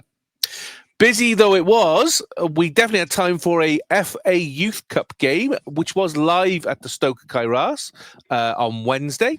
Wrexham under-18s played Port Vale under-18s, came away with a convincing 5-1 win. Wrexham goals, Jack Jones, Wes Graham, Kian Nolan and 2 from Sammy Chesworth. Wrexham now reached the 4th round of this competition for the first time since 1983. Jamie, so the academy shadowing the men, really, setting new records that we've not set since the 80s. Yes, they went in at the 3rd round because now in the Championship they get to do that, but massively convincing win against Port Vale, who were in their division, 5-1, and go to the 4th round, and they got to play in front of 600 or 700 people at the Stoke Kairas. Are you winding me up with that picture? That even at the youth football, they're still advertising memberships in the background. I swear to God. Honestly, that's honestly, after this whole advent calendar bullshit this week, that's really pushing my buttons. The membership thing. Did you not want to win a print? The printer signed by all the players. That made me laugh. I'm thinking, what are you supposed to do with that? What, you just put it in the corner and just let it sit there, gather dust? What do you do with a printer signed by players? I think what you do with it is you put it, you switch it on, you put the power on, you put some paper in it, and then you press the feed button. And then the paperwork for the Luke Armstrong deal will come through.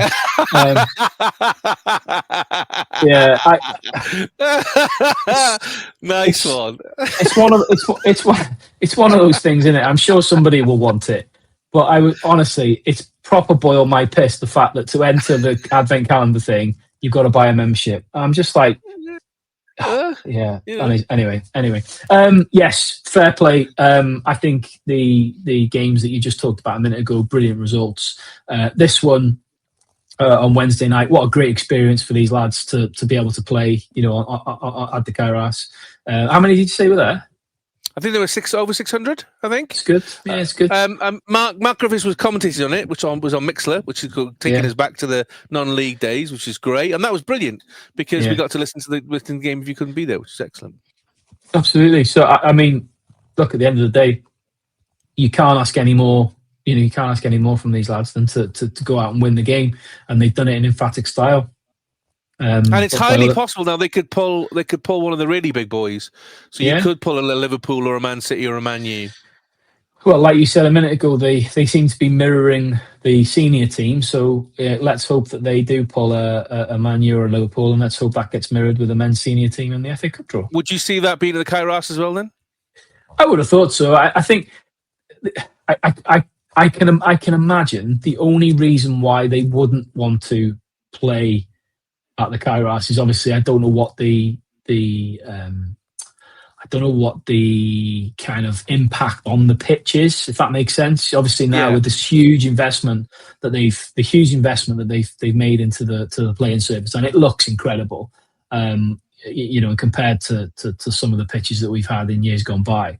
But obviously I don't know whether there's any kind of limitations to how frequently or optimum conditions to how many times you should really play on it in a week when the conditions are poor. I don't know, but assuming that there aren't any limitations, then Christ, and I guess again from like a cost and logistical point of view of actually having it at that stadium, great experience for these lads, to be able to play there rather than to play it in some Collier's presumably is the other place.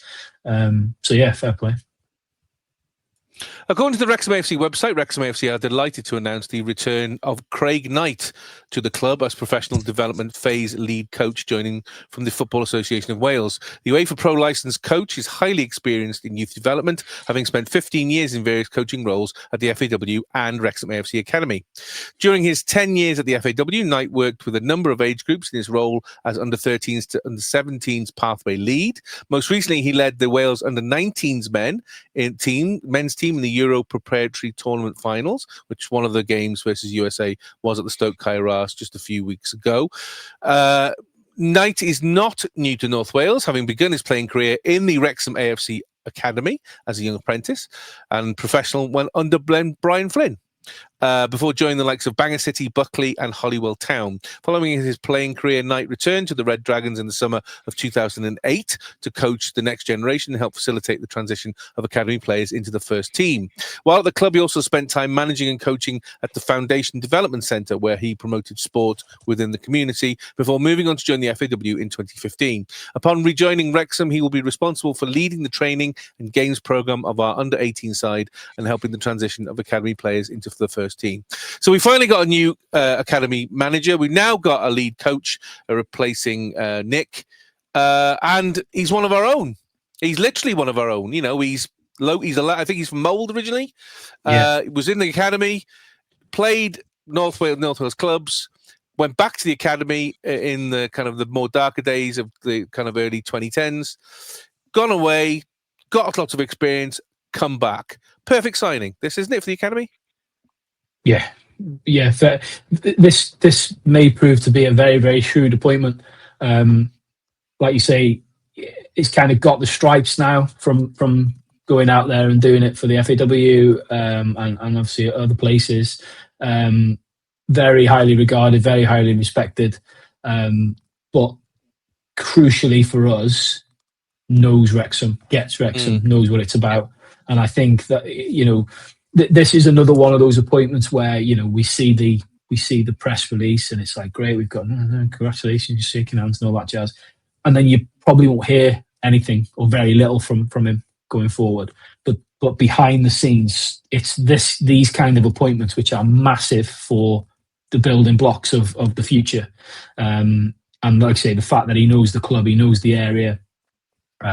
Hopefully, all these little pieces in the puzzle now, these are hopefully all parts of the machine that are going to start, that are going to mean sooner rather than later we have got this production line. And I know I keep referring to it like that, and it sounds really kind of disrespectful to be talking about, young men, young players as on this conveyor belt thing. But I think people understand what I mean when I say it from the point of view of the future aspirations of the football club and where they want to be and where they want to be playing and the level they want to be playing at.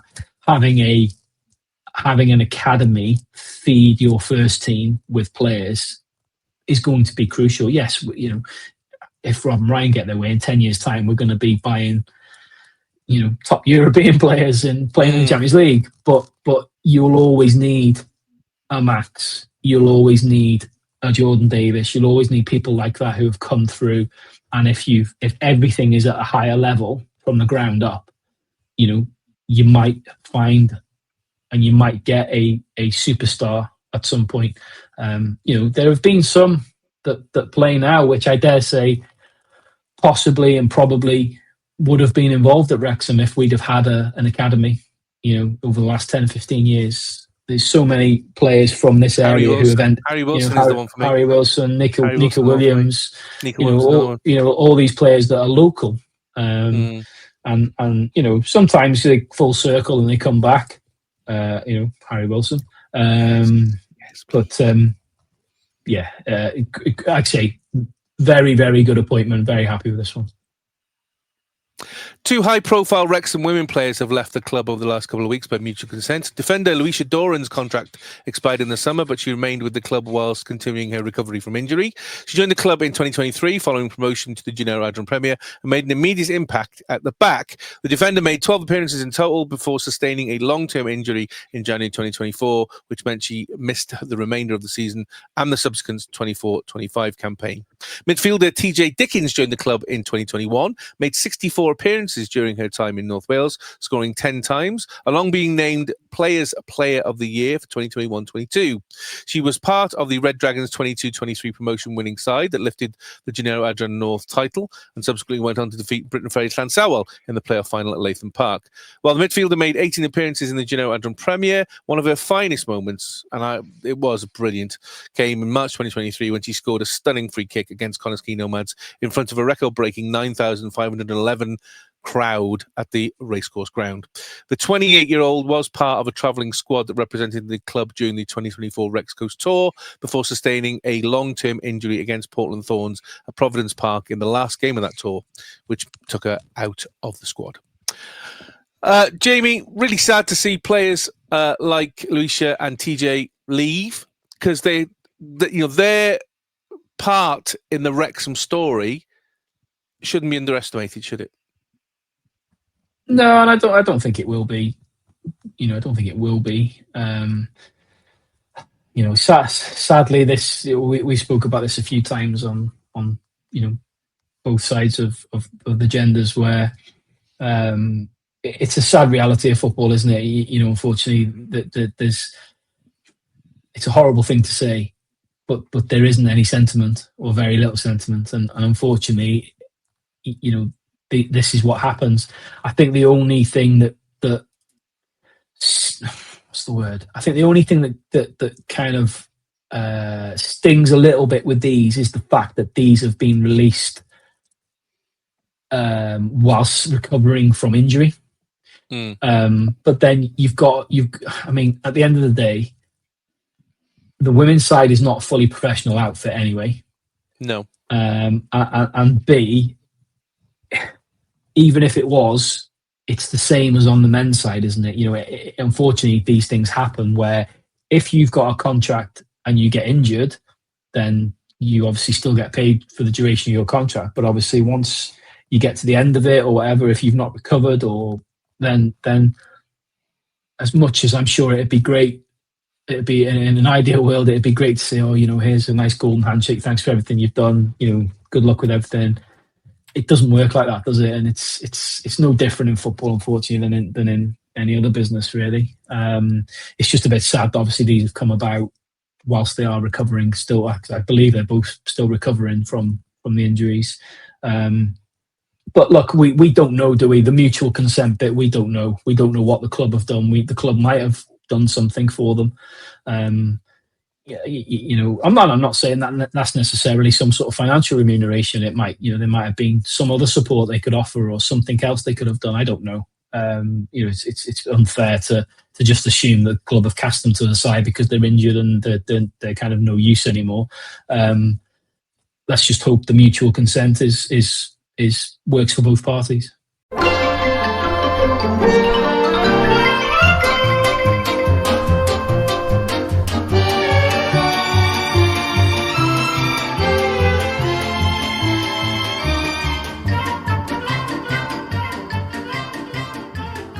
Fish, sausage, fritters and peas. It's time for the chip shop. Jamie is standing proud and can't hide it underneath his apron, no matter how hard he tries. Stop that, Jamie. Let's look at last week's table, shall we? Not much movement, to be honest. To be fair, we all had stinkers, I think. We all had rubbish ones. We all predicted that Korea would beat Cymru Women, and it was a draw. We all predicted that Blackburn... Well, you and Daz predicted that Wrexham would win. I predicted that Blackburn would win, and it was a draw. So we got no points out of that. Wrexham Women versus Swansea Women. I came close with, when I said 4-1, it was 4-2. But we all predicted the wins. We all got a point for that. And Cymru versus Switzerland. We all predicted Switzerland to win, and Cymru won. So, yeah, no movement at all for that. Just Jamie continues to remain top of the league with 30 points. 6 points ahead of Daz. Moving towards Christmas, and 10 points ahead of me. That's so depressing when I say it like that. So first into the fryer tonight. It's Preston North End.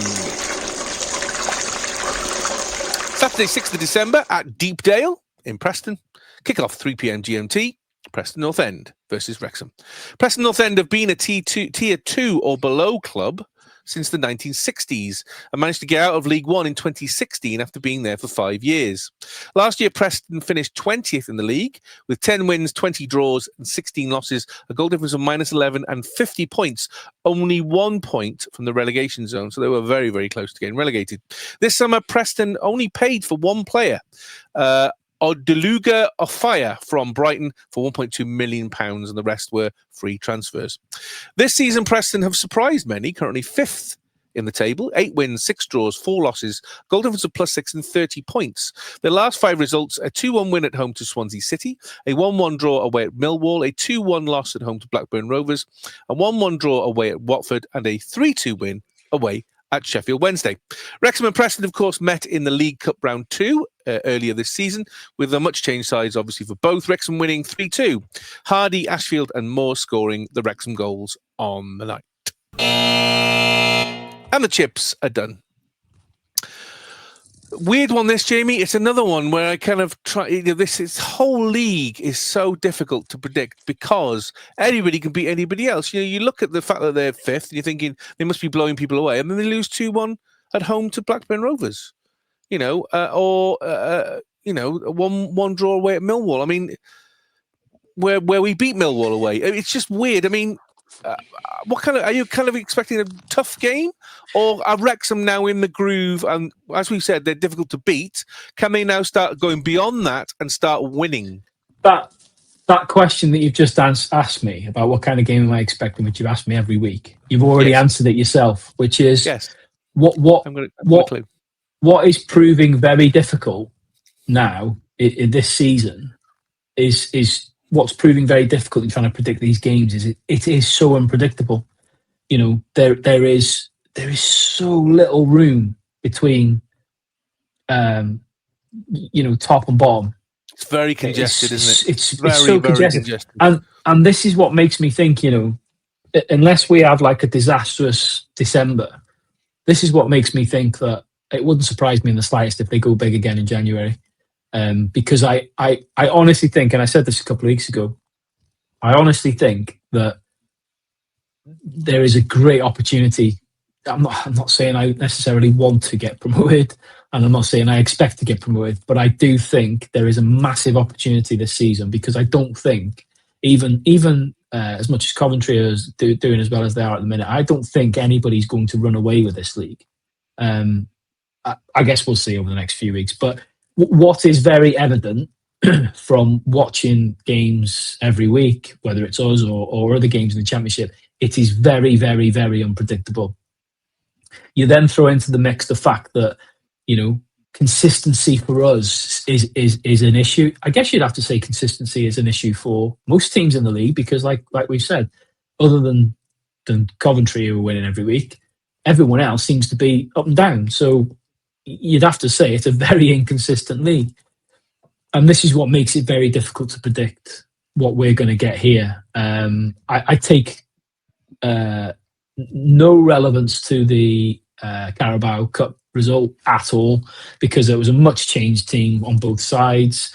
It was a great it was a great win for us, but obviously it was Kiefer Moore who changed the game. I think the difficult one with this is how Parky approaches it, because I don't think this is necessarily a team where you have to go ultra defensive. I don't think you have to go and set your team up in our sort of typical away way. I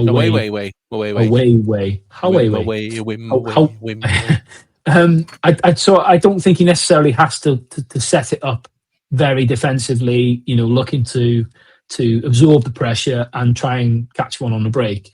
I'd like to see us, this is the sort of opposition where I'd like to see us maybe have a go, because I think they are beatable. But I understand that there is that comes with its own pitfalls. It is a tough one. I think the crowd element is going to be different to the cup game, because obviously I would expect there'd be a lot more people there for this game than there was for the cup, and that you don't know what kind of impact that's going to have on the game. But look, I think we've got to go into it confident. Yes, okay, we're coming off the back of a not a great performance against Blackburn, but we're still unbeaten. What's that? 7 unbeaten in 7 now. That's a bloody good run. When we were talking about at the start of the season about can we compete? We've more than shown we can compete in this league, and we're where we are in the league on merit. So I'd like to see us maybe go into games with a little bit more confidence. But there's a fine line, isn't there? There is a very fine line between going into a game confident and not going too far. Tough one. We talked earlier, obviously, about the fact that Scar got replaced by Doyle. McLean played 3 games now on the bounce. This would be his 4th game in 14 days. Can you expect to see changes? I mean, Kakachi possibly might be coming back. I was just going to say, has there been any update on Libby Crackers? He mentioned, Parky in his press conference today mentioned that he's expecting him back before Christmas. That's all he said. Okay. He also mentioned that it looks like highly likely that the likes of people like Elliot Lee and J-Rod will be back in the squad, and Cannon back in the squad in January. Interesting. Interesting. To be honest with you, I think unless Kakachi is fit, and even if he is fit, would you put him straight back in the starting 11 away from home? I'm not so sure. I fully expect McLean to play. I think he's been solid enough. I don't know what kind of game he had against Blackburn, but as a whole. But to be fair, he was decent against Bristol and who did we play before that? Ipswich. He was good in both of those games. So I think he's showing us that he can still do a job for us. His fitness is not a question. So I'd be very, very surprised if there was a change there. My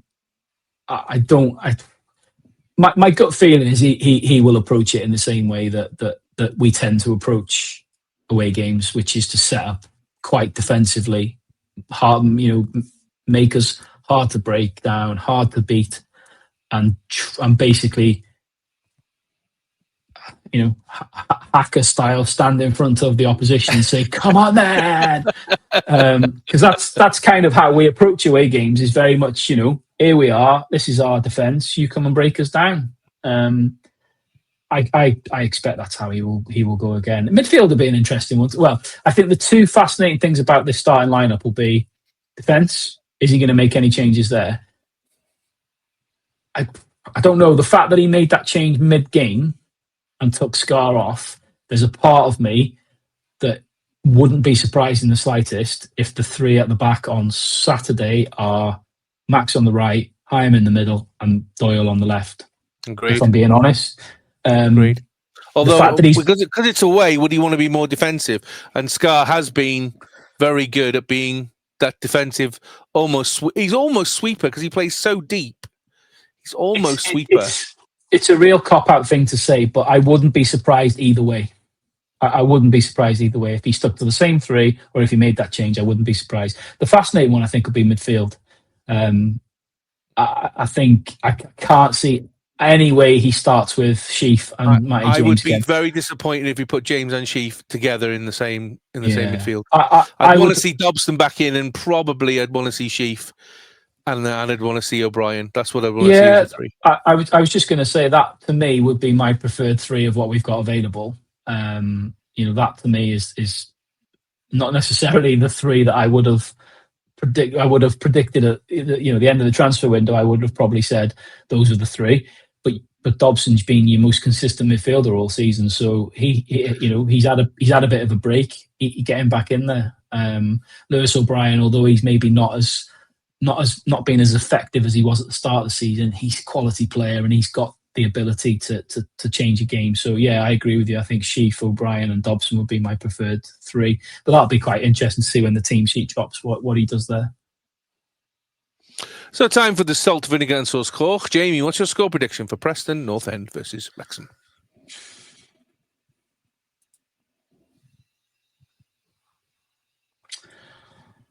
I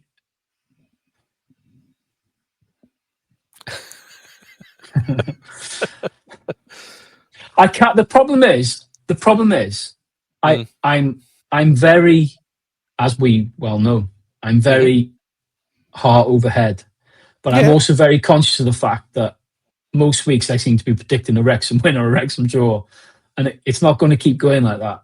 I know we're 7 games unbeaten and everything else.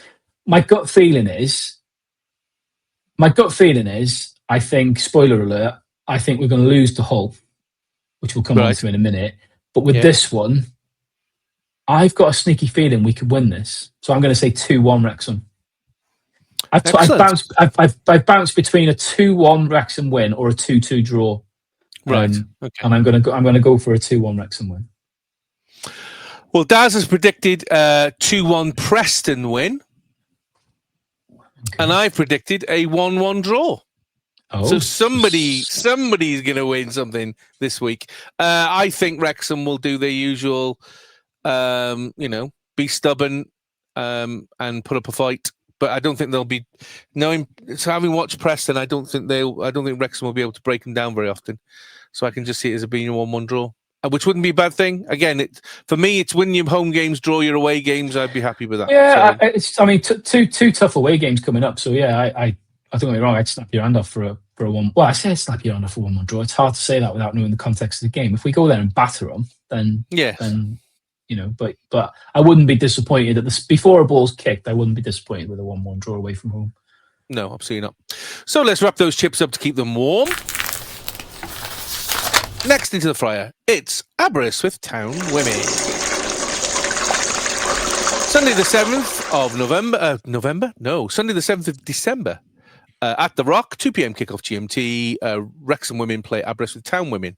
The first of our 2 meetings in as many weeks. This one for the Gennaro Adran Premier. Aberystwyth Town are currently in 6th with 4 wins and 6 losses, a goal difference of -10 and 12 points. Only 4 points off the top half of the table, so they still have something to play for. Last week, Aber beat Pontypridd United 2-1, scoring very late on to maintain 6th position in the league. Wrexham are unbeaten versus Aber in their last 7 meetings, with obviously the last one being at Park Avenue in October, where Wrexham won 5-0. Goals by Rosie Hughes, Lily Jones, Jodie Bartle, and 2 from Katie Barker. And the chips are done. So Daz isn't here. See, I'm reading my script and he's not here.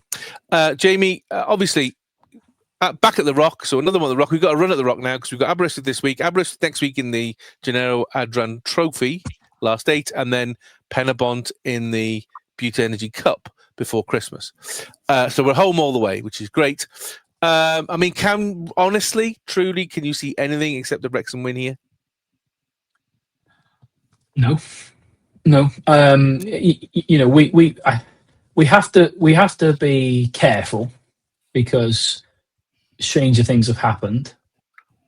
We have to be careful, but nobody in their right mind,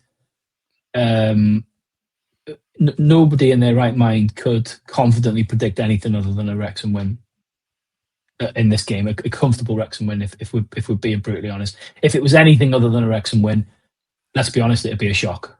So I'm fully expecting, a Wrexham win. So time for the salt, vinegar and sauce Koch. Daz has predicted a Wrexham 5, Aberystwyth Town 0. Jamie, what's your score prediction for Wrexham Women versus Aberystwyth Town Women? Ooh, that's interesting. So I was actually going to say, when I was looking at this earlier on, I was actually going to say 5-0, a repeat of the last game. However, I'm going to apply my same logic as I did a couple of weeks ago. Who was it we were talking about? And I said that they do seem to score a goal. I can't remember who it was. It was Pontypridd. Yeah. Pontypridd. And I look back at Aberystwyth's, and they're very similar. There's not many games where they don't score a goal. So I changed it, and I'm actually going to say a 5-1 Wrexham win. Wow. I'm predicting Wrexham 3, Aberystwyth Town 0. I'm going to give Aberystwyth a bit of the benefit of the doubt. I think they're going to be up for this one. However, they literally squeaked past Pontypridd last week, which we know are not very good. So I think I've probably underrated the pudding, but I'll go with it. 3-0 win to Aberystwyth. On the other pod, on my fair pod, I actually predicted 4-0. So I've changed it slightly, but what the heck. So let's wrap those chips up to keep them warm. And last into the fryer tonight, it's Hull City. Again, like Preston, we meet a team in the league that we've already met in the Cup this season. Wednesday, 10th of December at the MKM Stadium. Kick-off 8 p.m. GMT versus Hull City, all the way up the northeast of England. Hull City dropped from the Premier League into the Championship in 2016 and into League One in 2020. They came straight back up as champions in 2021. Last year, Hull finished 21st in the league with 12 wins, 13 draws, 21 losses, a goal difference of -10 and 49 points. That -10 goal difference was the only thing that stopped them being relegated, as Luton Town's goal difference was -24, and that sealed their fate going down to League One. So literally, last gasp of the season kept Hull City in this league. What a horrible way to get relegated.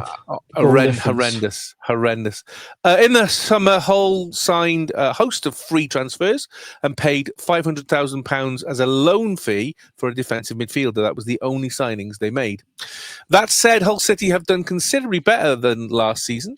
Currently 9th in the table, one place above Wrexham with 8 wins, 4 draws and 6 losses, a goal difference of 0 and 28 points. Their last 5 results, a 2-1 loss away at Derby County, a 3-2 win at home to Portsmouth, a 3-2 loss away at Queen's Park Rangers, a 2-0 loss at home to Ipswich Town, and a 2-1 win away at Stoke City.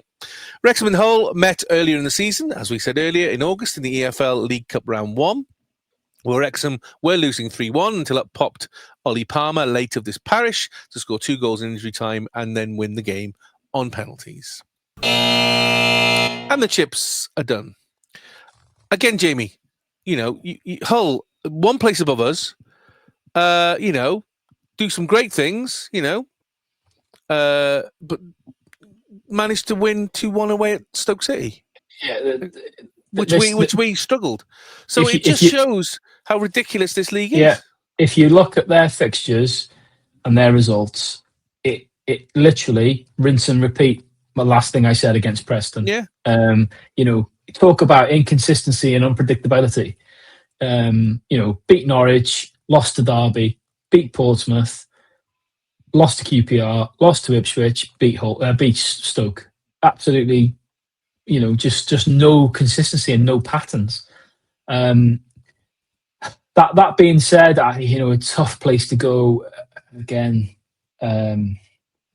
it needs to be on the next round, the next batch of merch. It's always difficult predicting the second result. We say it all the time, but it genuinely is, isn't it? It's always tough predicting the second game of 2 in a week, because the what goes on the Saturday has a big effect on this. you can't deny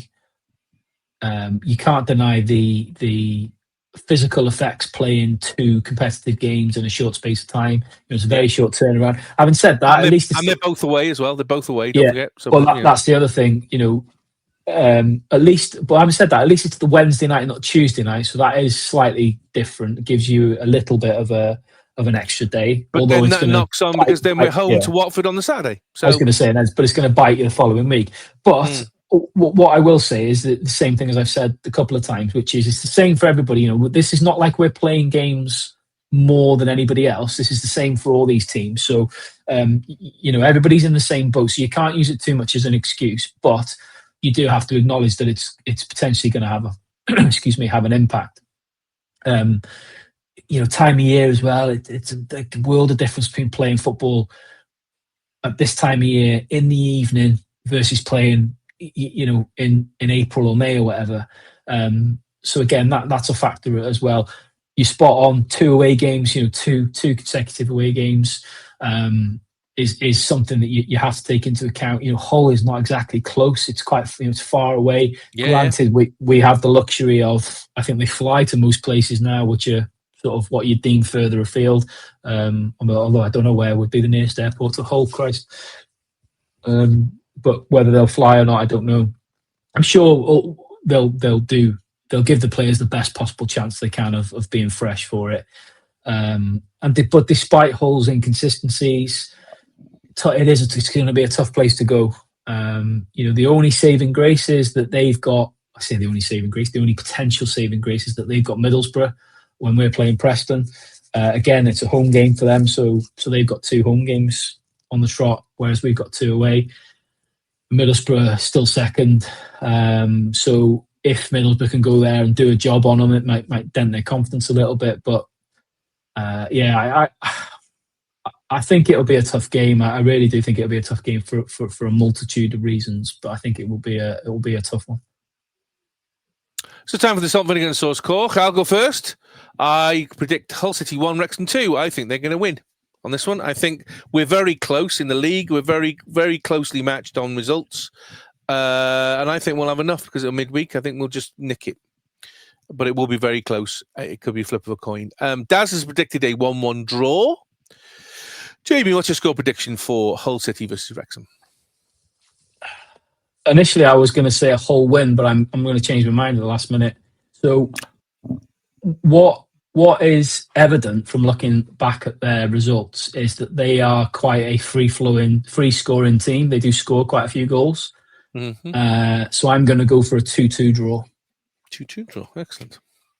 So let's wrap those chips up to keep them warm. And we'll discuss all 3 of these games in next week's pod.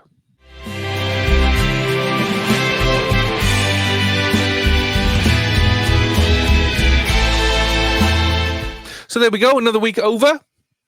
Best wishes to Daz, who I know isn't with us this week. Hopefully he'll be back next week as we start looking back at the 2 men's games. This is Preston North End and Hull City, and the Wrexham women's game versus Aberystwyth Town. And then look forward to welcoming Watford to the Stoke Kairos and Wrexham women's Adran Trophy quarter-final game versus the very same Aberystwyth Town women.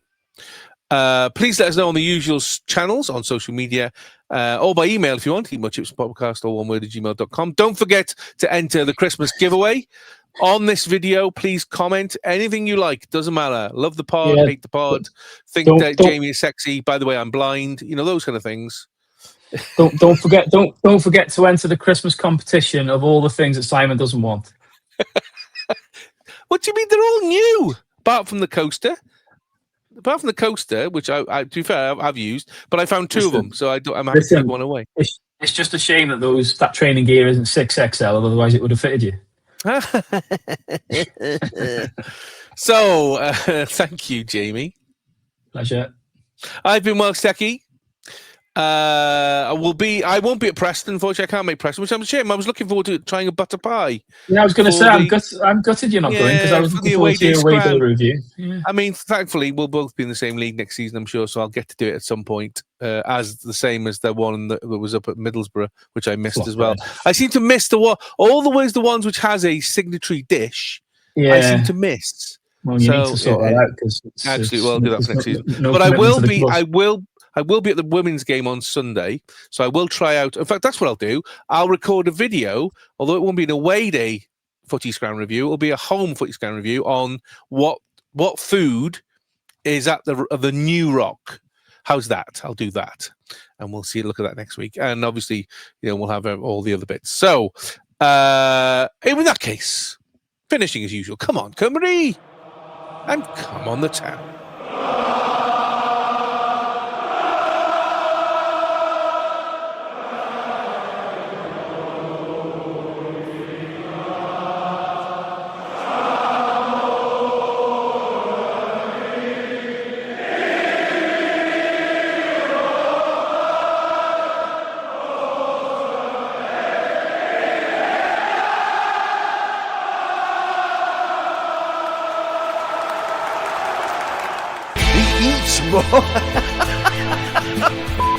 Clinton, 4-0. Thomas, after like a goal. That's number 5. Plays it through to Bellamy. Craig Bellamy. It's 2-1 Wales. Craig Bellamy. Tony Hughes for Wrexham into the lead. And that's it! Wrexham are champions! Wrexham are champions! Wrexham are the FA Trophy winners 2013! Alex Cross, great ball! Equaliser! Elliot Lee! Back to back to back promotions. Oh, can you believe it? The Eat More Chips Podcast.